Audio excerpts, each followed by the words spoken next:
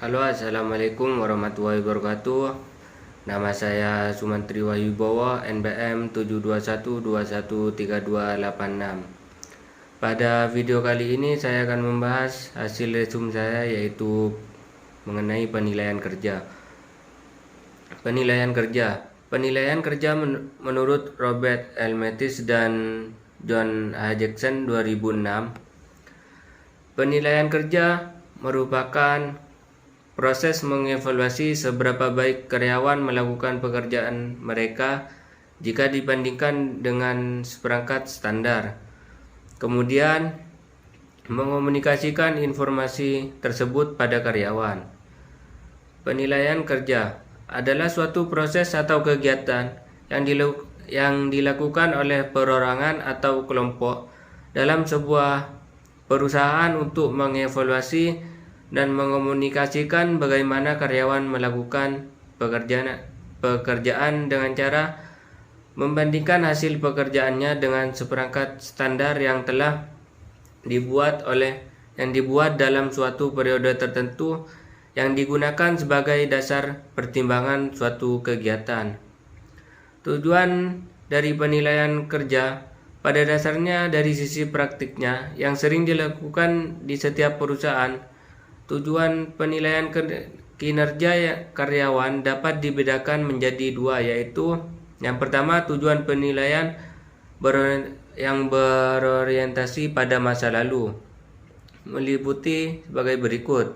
A. Mengendalikan perilaku karyawan dengan menggunakannya sebagai instrumen untuk memberikan ganjaran, hukuman, dan ancaman. B. Mengambil keputusan mengenai kenaikan gaji dan promosi. C. Menempatkan karyawan agar dapat melaksanakan pekerjaan tertentu. Yang kedua yaitu tujuan penilaian yang berorientasi pada masa depan. Apabila dirancang secara tepat sistem, pilihan ini dapat A. Membantu tiap karyawan untuk semakin banyak mengerti tentang perannya dan mengetahui secara jelas fungsi-fungsinya. B.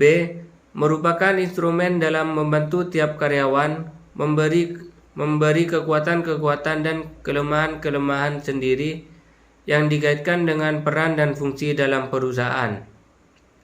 C. Menambah adanya kebersamaan antar masing-masing karyawan dengan penyelia sehingga tiap karyawan memiliki motivasi kerja dan merasa senang bekerja dan sekaligus memberikan kontribusi sebanyak-banyaknya pada perusahaan.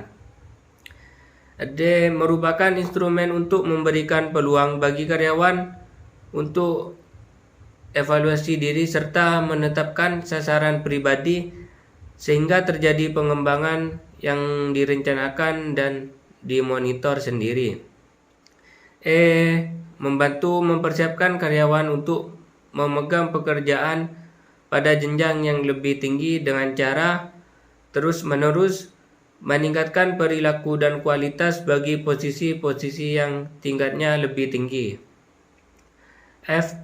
Membantu dalam berbagai keputusan SDM dengan memberikan data tiap karyawan secara berkala. Kegunaan penilaian kinerja ditinjau dari berbagai perspektif pengembangan perusahaan, khususnya manajemen, yaitu dokumentasi, posisi tawar, perbaikan kinerja, penyesuaian kompensasi, keputusan penempatan, pelatihan dan pengembangan, perencanaan dan pengembangan karir, evaluasi proses saving, defisiensi proses penempatan karyawan, ketidakakuratan informasi, kesalahan dalam merancang pekerjaan, kesempatan kerja yang adil, mengatasi tantangan-tantangan eksternal, elemen-elemen pokok sistem,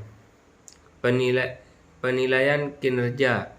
Yang terakhir yaitu umpan balik ke SDM. Faktor-faktor yang menghambat penilaian kerja.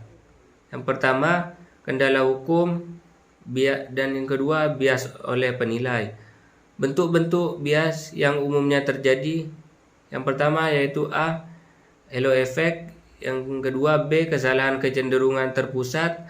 C. Bias karena terlalu lunak dan terlalu keras. D. Bias karena penyimpangan lintas budaya. E. Prasangka pribadi. F. Pengaruh kesan akhir. 3. Mengurangi bias penilai. Aspek-aspek yang dinilai. Yang pertama yaitu kemampuan teknis, yaitu kemampuan menggunakan pengetahuan metode, teknik, dan peralatan yang dipergunakan untuk melaksanakan tugas, serta pengalaman dan pelatihannya yang diperolehnya. 2. Kemampuan konseptual, yaitu kemampuan ini untuk memahami kompleksitas perusahaan dan penyesuaian bidang gerak dari unit masing-masing ke dalam bidang operasional perusahaan secara menyeluruh, yang pada intinya individual tersebut memahami tugas, fungsi serta tanggung jawabnya sebagai karyawan. Yang ketiga yaitu kemampuan hubungan interpersonal, yaitu antara lain kemampuan untuk bekerja sama orang lain, memotivasi karyawan, melakukan negosiasi, dan lain sebagainya. Penilaian kerja dengan pendekatan MBO. Langkah-langkah dalam melakukan penilaian dengan metode MBO adalah 1.